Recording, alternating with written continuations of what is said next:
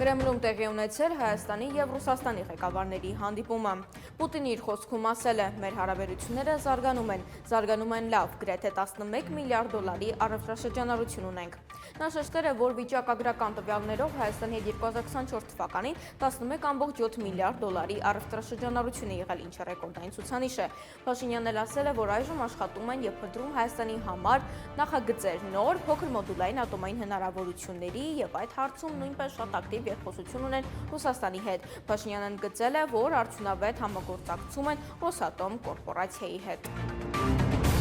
Ադրբեջանի նախագահ Իլհամ Ալիևը ՄԱԿ-ի ամբիոնից նույնպես օգտագործեց Զանգեզուրի միջանցք ձևակերպումը, անդրադառնալով Վաշինգտոնյան համաձայնություններին։ Վաշինգտոնի գագաթնաժողովի առանցքային և կարևոր արդյունքներից էր Թրամփի ուղին հանուն միջազգային խաղաղության և բարգավաճման, նույնինքը TPP ապահովումը, որը կապահովի անխոչնդոտ հասանելիությունը Զանգեզուրի միջանցքով և կխթանի տարածաշրջանային կապերը, ասել է Ալիևը և հիշեցրել, որ Երևանն ու Բաքուն նախաստորագրել են խաղաղության պայմանագիրը, շնորհակալություն հայտնել նաև ԱՄՆ նախագահ Դոնալդ Թրամփին։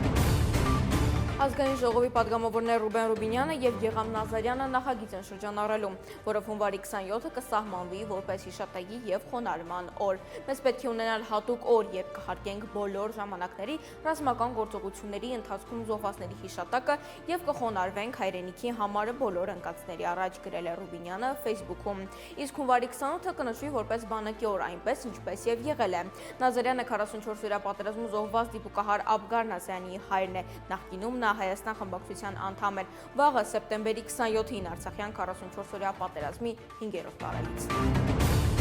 Հայաստանի վարչապետ Նիկոլ Փաշինյանը Մոսկվայից մեկնել է Նյու Յորք։ Այս մասին նա հայտնել է սոցիալական ցանցում ինքնաթիռի խցիկից տեսանյութ հրապարակելով։ Փաշինյանը կմասնակցի Նյու Յորքում կայանալիք ՄԱԿ-ի գլխավոր ասամբլեայի նստաշրջանին։ Ավելի վաղ ՄԱԿ-ի գլխավոր ասամբլեայում ելույթ է ունեցել Ադրբեջանի նախագահը։ Փաշինյանը Մոսկվա էր մեկնել ու մասնակցում էր սեպտեմբերի 25-ից 28-ը կայանալիք համաշխարհային ատոմային շաբաթ միջազգային համաժողովին։ Այն նվիրված է ատոմային և դրան հարակից ճյուղերին և անցկացվում է ի պատիվ ռուսական ատոմային ոլորտի 80-ամյակին։